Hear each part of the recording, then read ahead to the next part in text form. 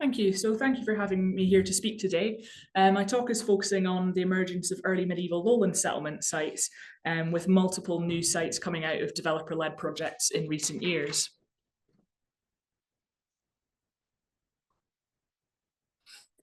So the work is stemming from a personal ongoing research interest in the early medieval period, and this is paired with ongoing project work undertaken both by myself and various other colleagues at AOC, as well as other groups across Scotland. The core case study I'm using is an Anglian era and early medieval settlement site at Birdie House in the Lothians. I'll also cover a bit of a wider context and similar sites to the north in Fife, and another case study in the Highlands and Moray in an attempt to demonstrate the potential value of this emerging data set for any region in Scotland.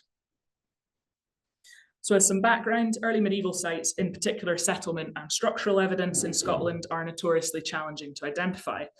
In his 1955 publication, The Problem of the Picts, Wainwright notes that at that time there were no dwellings which could be confidently named Pictish.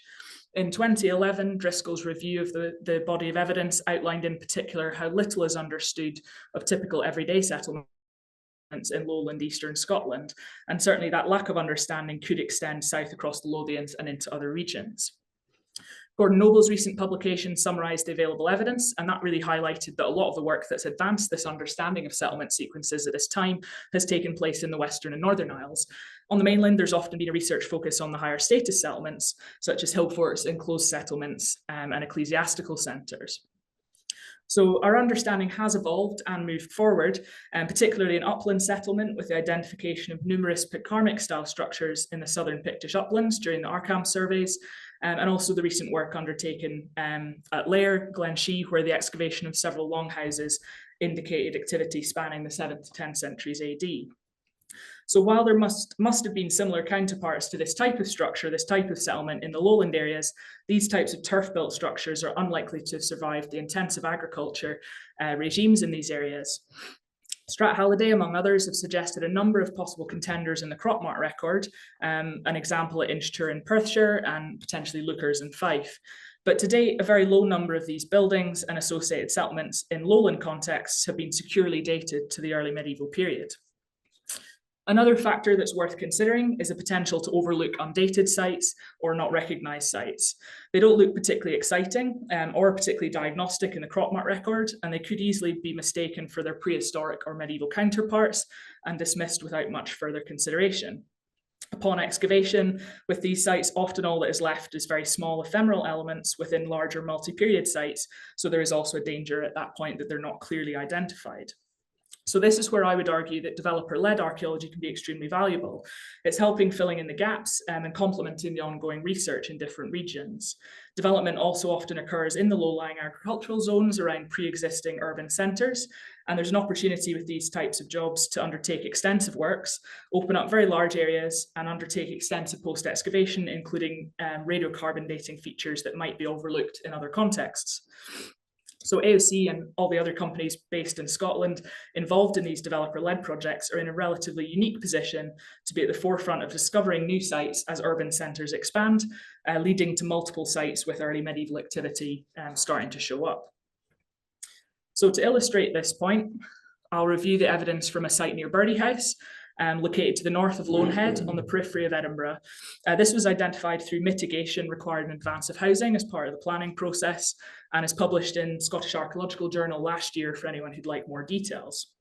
It sits within a landscape populated with other early medieval sites, a selection of which are on the slide today, including multiple sites identified as part of developer-led work, including Gogar Mains, the sunken floored structure at Ratho, Wester Dalmeny, and recently published New Mills Road, which is in this year's SAG. So the site at Birdie House survived well between two ridges in a sheltered hollow. It may once have extended further, but intensive agriculture had removed other potential in the area. It was initially identifiable on aerial and satellite imagery, but metal detecting retrieved very few finds.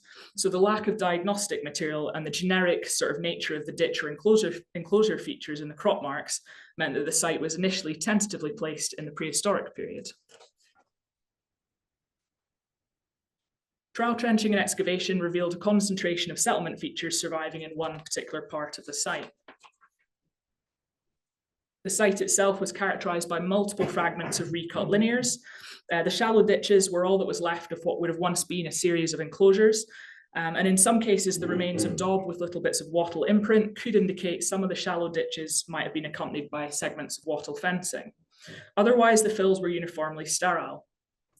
Many of these ditches were recut, indicating they were reused or the focus of a period of use with ongoing refurbishment. But to all intents and purposes, even after excavation, this site could have been placed in the medieval or post-medieval period and not particularly thought of again. However, a detailed programme of 12 radiocarbon dates changed everything. 10 of the dates from different elements of the site placed the activity here somewhere between the late 6th and 8th centuries AD. And this has placed the site in a period of significant change for this region, right around the point of the Anglian expansion. And it's raised the profile of the site at this time, since so little is known about this time period in the Lothians. So to try and help you visualize it a bit, the shallow ditches themselves were likely accompanied in places by segments of wattle fencing, which could have been set into the upcast from digging of these drainage channels. And this would have provided a barrier either to enclose areas or to exclude areas from livestock.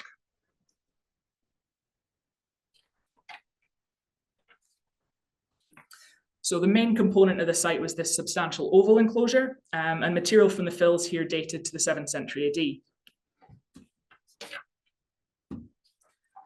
A small stone platform located to the north in the enclosure, which measured about 1 metre by 1.5 metres, was formed of rough unbonded stones and could have formed a working surface or dry storage area. Material from directly beneath the stones dated to the 7th to 8th centuries AD.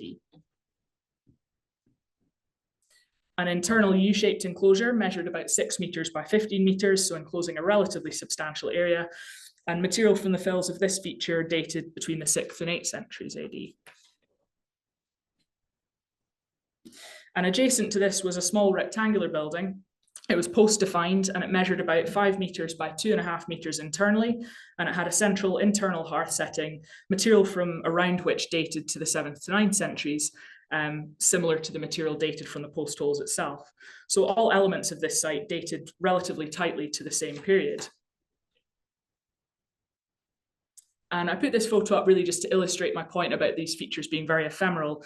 The hearth itself, pictured here, wasn't particularly substantial and could have been very easy to overlook or dismiss, potentially in one of these large area site strips. So to give you a better idea what it could have looked like, this is the Anglo-Saxon village at West Stow, which has a number of reconstructed buildings. There's a variety of styles represented, including sunken floored structures, 4-post and 6-post arrangements of various scales. So the smallest 4-post pictured here is not dissimilar in terms of its dimensions to the building at Birdie House, although there's no substantial sunken element to the structure at Birdie House. But it gives you an idea what these structures could have looked like with small wattle enclosures around them.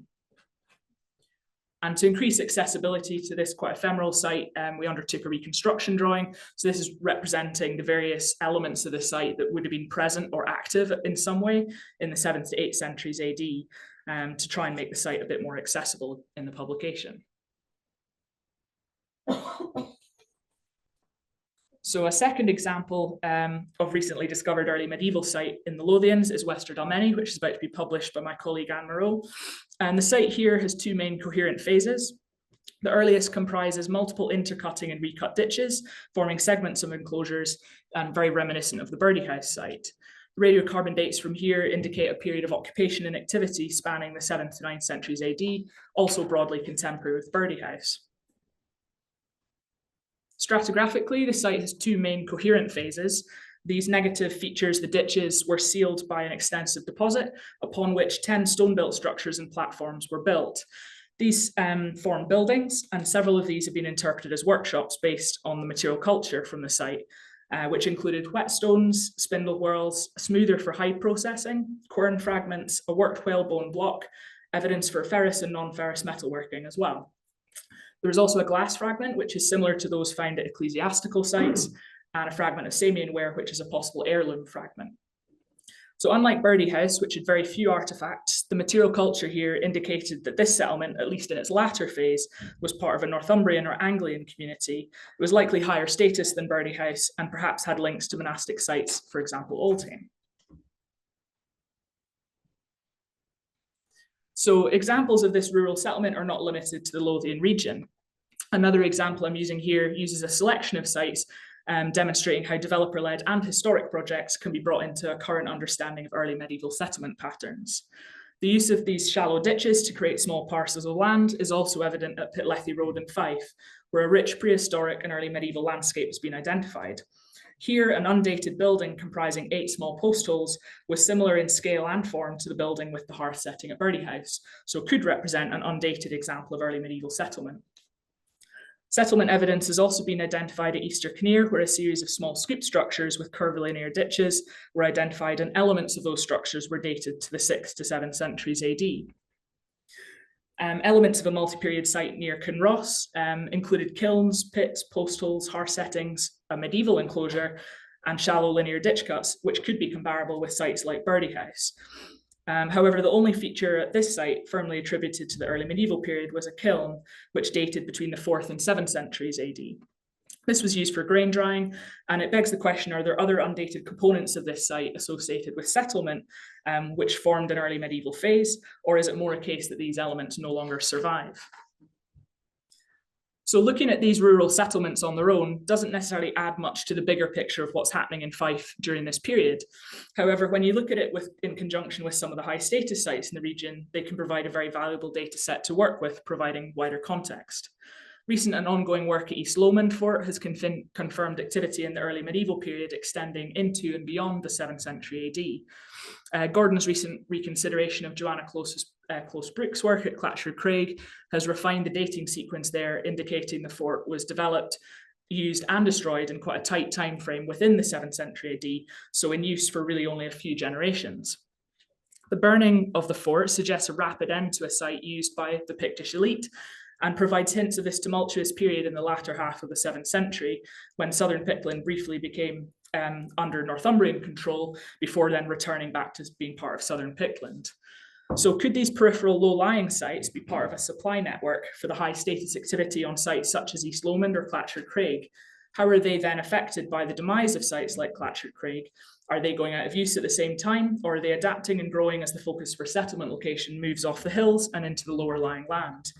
These are all questions that could be pursued further through the ongoing contextualization of the period in the region. So for my final example, I'm going to introduce 3 newly discovered sites which lie on the periphery of some other high status sites, Burghead and Ecclesiastical Centre at Kinneder along the Murray coastline. Recent work from the Comparative Kingship Project, Northern Picts by the University of Aberdeen, has confirmed the high status settlement at Burghead was active from around the 7th century to the 10th centuries AD.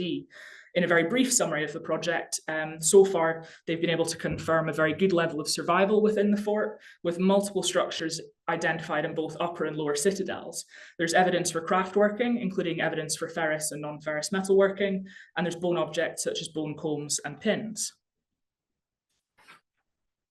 The survival of the animal bone assemblage is particularly notable here, and a recent paper published by Edouard and the team has highlighted the prevalence of cattle within the assemblage. Many of these cows are likely to be brought in on the hoof, along with other materials as tribute or trade items or raw materials related to production happening at this site. And if we move along the coast to Kinneder, near Lossiemouth, a geophysical survey and targeted excavation undertaken in different phases by University of Aberdeen and AOC Archaeology has confirmed that it was once enclosed by a substantial vallon ditch active from at least the 7th century. It's contemporary with the settlement at Burghead, and these sites along the Murray coast would have been a focus for trade, among many other things. Presumably, the scale of these sites required a much wider network of settlement to ensure resources, food and raw materials were brought into these sites to maintain both their prosperity and their viability. How many of the livestock represented at Burghead, for example, came from the immediate hinterlands of the site, and how many came from further afield, whether by land or potentially by sea across the Murray Firth? Several sites recently identified during developer-led projects could be proposed as sites linking to this wider network of production. So I'll talk about 3 of the new sites that have been identified: Nairn, King Steps, Elgin South, and Cragan, located to the south of Granton and Spey. So at Nairn King Steps, this is an example of development-led work undertaken in multiple phases by different contractors, spanning a 15-year period located to the northeast of Nairn. The most recent phase, which was published in SAG earlier this year by my colleague, identified a pit cluster with features primarily dating to the Bronze Age. It was part of a wider prehistoric settlement and funerary landscape in this area. However, within this, a single pit containing a large ecofact assemblage of hulled barley, wheat, and oat, as well as oak and alder charcoal, was identified. A sample of the alder charcoal was radiocarbon dated to the 7th to 8th centuries AD, so quite different from the rest of the pit cluster. This single pit indicates the presence of some form of settlement activity in the region and could easily, in another scenario, be missed or grouped in with the adjacent and much more prevalent Bronze Age activity. If you pair this result with Stuart Farrell's work on previous phases of the same development nearby, he identified a series of pits and post holes, also with very similar large macroplant assemblages and material dating to the 7th to 9th centuries AD. So suddenly the impression of an inhabited early medieval landscape begins to emerge. The likelihood is these pits would have been in the vicinity of settlement, but presumably the dwelling structures no longer survive.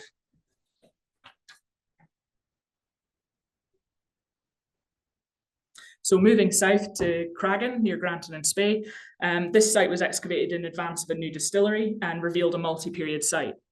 Leonie Teufel, the site lead, has prepared a paper, which will be published in the next year or so, which illustrates a site with activity spanning from the Mesolithic to the post-medieval period, including a Middle Iron Age and Late Iron Age settlement with substantial roundhouse structures. It pushes the settlement record for this period further south from the densely populated coast into the foothills of the Cairngorms. Within this site, ephemeral traces of early medieval settlement were revealed, both overlying and recutting some of the prehistoric settlement. Without a targeted and substantive dating program, these features would most likely have been missed or potentially lumped in together, assumed to be forming part of this much wider, more prevalent prehistoric settlement. The early medieval evidence comprised multiple seemingly isolated pits dating to the 5th to 6th centuries AD, filled with food and hearth waste. These were likely associated with structures which did not survive, having no earth-fast components. And by the 7th century, settlement at Cragan moved back to the higher well-drained ground, re-inhabiting the area used for the late Iron Age settlement. There's at least one post-defined structure surviving with a stone-built hearth dating to the 8th century AD, and several post holes from the same period indicating the presence of at least one small to medium building.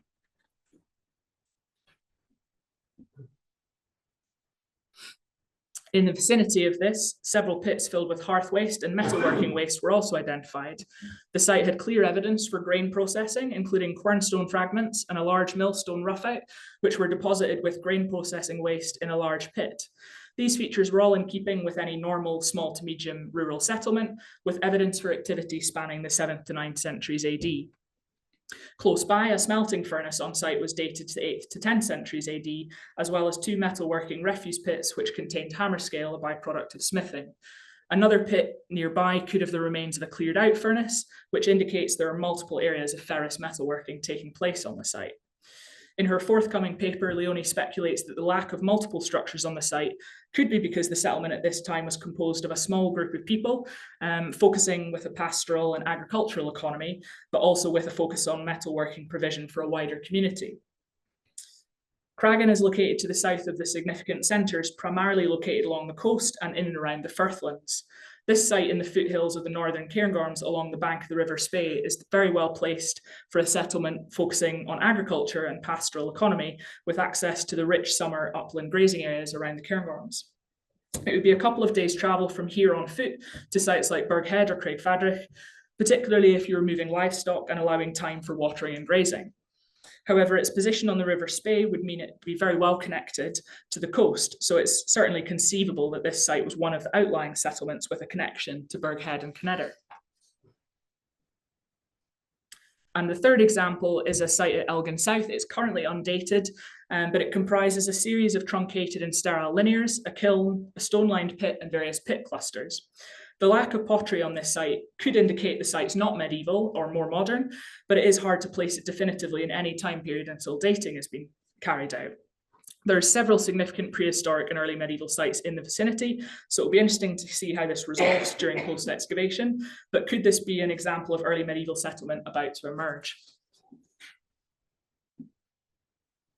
So looking at all this emerging data, some of the sites I've sort of presented on today and many others that are starting to come out of developer-led work, one big question that really bears further consideration is why are so many of these sites, whether in Pickland or Anglian regions or elsewhere, active in and around the 7th century? The late 6th to 7th century is a period marked by either the abandonment, the decommissioning, or the reduction of activity at early medieval centres and high status sites. I've already sort of touched on the recent work at Clatchard Craig in indicating a tight time span for construction, use and destruction of the fort in the 7th century. The work at King's Seat that Davy's just spoken about is indicated an early medieval centre, likely abandoned by the late 7th century in favour of a riverside location in Dunkeld. Limited excavation at Dunmore Fort near Callander also indicates a site with its last phase placed in the 7th century AD, just to name a few examples. The historical records, although partial and fragmentary for this period, indicate the unrest across the north of Britain in this period, with numerous mentions of forts and centres like Denad and Dundurn under siege or being burnt in the annals. And simultaneously, there appears to be this emergence of multiple lowland rural sites at this time. They're agricultural and or pastoral settlements, they're relatively mundane. Now, is this an artifact of the biased data set? Is it the patchy archaeological survival? Or is this a genuine shift in settlement location and frequency and growth that will continue to be backed up by future work? So looking to the future, I think it's important to note that these early medieval sites are quite challenging to identify in the Scottish archaeological record in particular. Current research is addressing this. However, there can often be a focus on higher status sites and upstanding sites. The lower status and low-lying sites are there to be found, but they're often requiring a level of serendipity paired with substantial and thorough dating programs to be recognised. As such, they are more often identified by developer-led work. Many of these sites, when viewed in isolation, are not particularly exciting beyond adding a dot to the map. So to make them more valuable, it's vital they form a part of regional synthesis, and their inclusion in wider research agendas is necessary.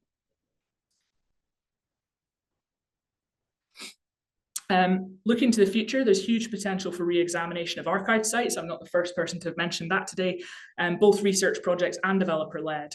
Many of these sites could have passed unnoticed, remain undated, or be presumed to be prehistoric or dismissed as medieval or later activity. There's a clear place in the future where developer-led projects can complement ongoing research.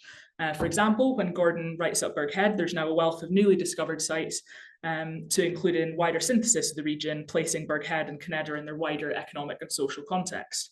It's vital that these developer-led sites continue to have their thorough dating programs, identify ephemeral and trace elements of early medieval settlement, and that this data is reported to add to the discipline. So to finish up, it's important to acknowledge I've only actually worked on or managed a few of these sites personally. The majority of the sites I've mentioned today have been AOC sites due in part to ease of access to the data, but there are loads of other sites coming out of developer-led work that bear mention. So my thanks to, in particular, to Leonie Teufel and Anne Moreau at AOC for sharing their data on their sites, and to other colleagues at AOC and elsewhere for ongoing collaboration and discussion. Thank you.